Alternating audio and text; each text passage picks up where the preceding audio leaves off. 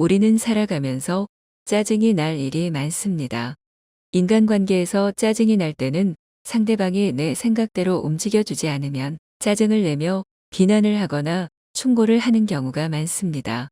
하지만 아무리 좋은 말도 반복적으로 들으면 싫은 법인데 하물며 비난과 충고하면서 공격당하는 것으로 여기고 분노와 적개심을 키우게 됩니다. 첫 번째, 지적과 충고는 서로를 방해하는 최악의 습관이다. 지적과 충고는 서로의 발전을 방해하는 행위일 수 있다.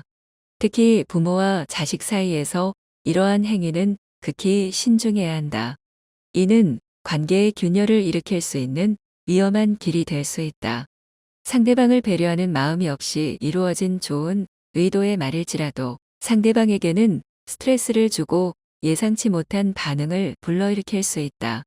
이는 마치 무법자가 일방통행하는 것처럼 배려도 없고 아무 의미도 없는 일이 될 수 있다. 이로 인해 불필요한 지적이 이어지고 그 결과로 불쾌감과 화가 돌아오며 원했던 다툼으로 얼룩지는 악순환에 빠질 수 있다. 우리가 서로에게 진정으로 필요한 것은 상대방의 성장을 방해하는 지적이나 충고가 아니라 서로를 온전히 바라보고 격려하는 것이다.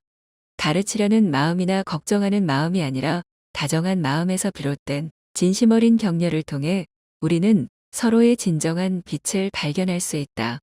서로의 잠재력을 인정하고 그것을 격려함으로써 우리는 함께 성장할 수 있는 긍정적인 환경을 만들어 나갈 수 있다.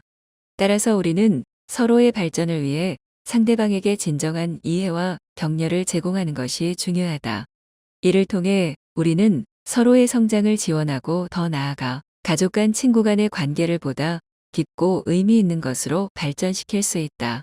이러한 접근 방식을 통해 우리는 서로에 대한 이해를 깊게 하고 깊은 인간관계를 맺을 수 있다. 서로를 격려하고 지지하는 것, 이것이야말로 우리 모두가 함께 성장해 나가는 데 있어 가장 중요한 요소이다. 두 번째, 상대방에게 해결책을 주려 하지 마라. 상대방에게 해결책을 제시하려 드는 것은 때때로 자칫 대화의 장애물이 될 수 있다. 사람들은 자신의 이야기에 귀 기울여 주길 바라며 때로는 해결책을 찾기보다는 단지 들어주는 것만을 원한다. 이는 공감의 표현이다. 공감 없이 잘 듣지 않고 서둘러 대답하는 것은 대화를 어렵게 만들 뿐이다. 그러니 상대가 말을 할 때 해결책을 제시하려 하지 말고 그저 경청하는 것에 집중하라. 많은 이들이 이 간단한 진리를 간과한다. 잘 듣는 것, 이것은 사랑의 한 형태이며 가장 소중한 선물 중 하나다.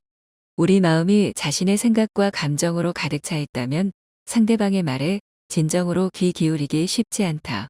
우리의 무분별한 대답은 적절치 않을 수 있으며 오히려 대화의 흐름을 막을 수 있다.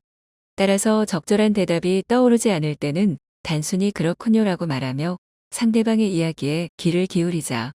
경청하다 보면 상황을 이해하게 되고 그때 비로소 상황에 맞는 말을 할 수 있게 될 것이다.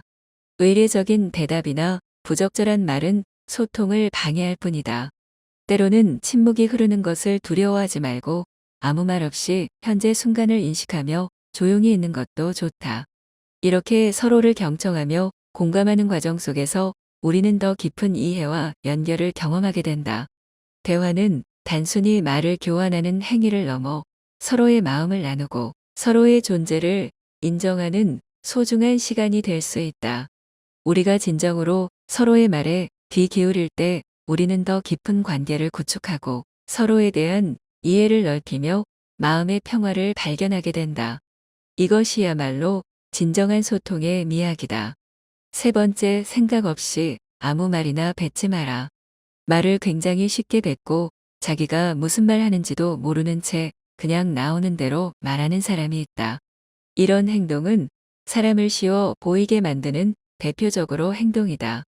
이런 행동이 계속되면 사람들은 그 사람을 실없는 사람 취급하고 그 사람의 말을 신뢰하지 않게 된다. 결국 아무리 맞는 말을 하더라도 그 사람이 하는 말은 일단 무시하게 되고 하찮은 말이 되게 된다. 의사소통이라는 것은 인간관계에서 매우 중요한 역할을 한다. 사람이 어떤 말을 하고 어떻게 얘기하냐에 따라서 인간관계에서 보여지는 이미지가 결정된다. 그렇기에 자신이 하는 말에 대해 아무 생각하지도 않고 그저 뵙게 하는 사람들은 소통과 공감에 문제가 생겨 주변 사람들에게 무시당할 가능성이 높다. 시험을 제대로 못 봤다는 상대방에게 그게 뭐가 중요해라고 말하며 위로와 격려하며 말을 하는 사람. 친구 아들은 취업을 못하고 있는데도 그저 자기 자식 자랑에 열 올리는 사람. 친구가 고민 상담을 요청하여 진지한 얘기를 하고 있는데 갑자기 배고픈 것이 떠오른다며 점심 메뉴는 뭐 먹을지 물어보는 사람. 이런 행동은 같이 대화하는 상대에게는 굉장히 모욕적이거나 무례하다고 여겨진다. 이런 사람들은 신기하게도 자기가 잘못했다는 사실을 잘 모른다. 상대방의 반응과는 아무 상관없이 자신은 이런 의도가 없었다는 것처럼 바보같이 해맑게 말한다. 자기가 무슨 말을 하는지 생각하지 않고 나오는 대로 말하는 사람은 상대의 상황에 맞게 대처하는 것이 아니라 그저 자기 자신이 우선이기에 자기가 하고 싶은 말부터 해버리는 경향이 있다. 상황을 살피거나 하지 않고 지금 당장 떠오르는 것을 먼저 말한다. 그렇기에 이들은 이기적이고 자기중심적일 수 있으며 상대의 의견은 뒷전이고 오직 자신의 의견이 중요한 것처럼 행동한다. 그렇기에 인간관계에서도 결국 자기 말만 하고 끝내는 것과 다르지 않기에 몇 번 대화를 나눠본 사람들은 이런 사람이라면 진절머리가 난다고 한다. 이런 답도 없는 대화를 반기는 사람은 세상 그 어디에도 없다. 이런 사람들끼리 만나서 대화를 나누면 서로 자기 얘기만 하느라 대화라는 것은 성립되지 않고 다른 사람들이 봤을 때는 그저 혼잣말하는 것처럼 보인다. 인간관계에서는 그 사람이 능력이 있더라도 상대 상황을 살피지 않고 자기 하고 싶은 말만 하는 사람은 아무도 좋아하지 않는다. 특히 생각 없이 말하는 사람이 한 번이라도 아픈 부분을 건드렸을 땐 다시는 그 사람을 상대하고 싶지 않게 되고 그 사람 말은 들을 가치가 없는 쓰레기 같은 말로 치부하게 된다. 싫은 것과 별개로 무시하는 것 역시도 함께 드러난다. 그렇기에 우리는 말의 중요성에 대해 알아야 한다. 상대방의 상황은 물론 말하는 방식에도 유의해서 말해야 한다. 만일 내가 이런 사람 같다면 생각 없이 말하는 행동을 바로잡아야 소중한 사람들과도 오래 갈 수 있고 남에게 무시당하는 일도 막을 수 있는 것이다.